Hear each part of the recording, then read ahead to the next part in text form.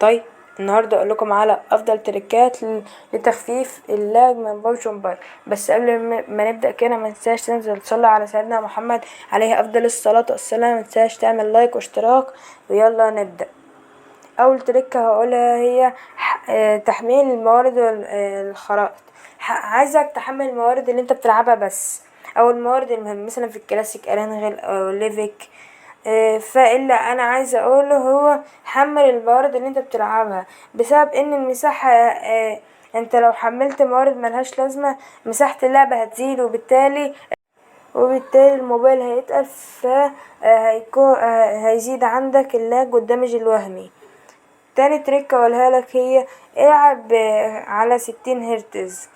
يعني مثلا دلوقتي لو انت موبايلك بيدعم اكتر من 60 هرتز، حاول تخليها 60 هرتز، لان ده هيوفر معاك في البطارية، وبالتالي البطارية مش هتخلص اسرع.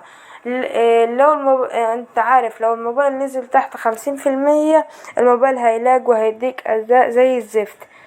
تالت تريك هقولها والمهمة جدا جدا جدا من هنا للصبح، لو انت واد حرفوش مثلا ونزل المود في وسط مليون سكواد، عشان خاطري اهدى اول 10 ثواني 20 ثانية. ليه؟ هقولك. انت لما تبقى لسه نازل، الموبايل بيكون في حالة استيعاب، هو لسه بيستوعب اللعيبة، بيشوف الأسلحة كده. فانت ما تخليش الليلة سودة اكتر، وتقعد يعني تعمل رعش جيروسكوب، هتاخد لاج كبير قوي. يعني خليك بطيء في اول 10 20 ثانية. اوعى تعمل مثلا رعش الجيروسكوب او تتحرك كتير او كده، لان الموبايل. طب افرض دلوقتي انت عملت رعش الجيروسكوب مثلا في اول الجيم والموبايل كان سلس، اول ما تيجي هتفايت حد هتلاقي الموبايل بيلاج وهيديك اداء زي الزفت. بعد كده ابتدي يخش في المود واحدة واحدة، وبس كده.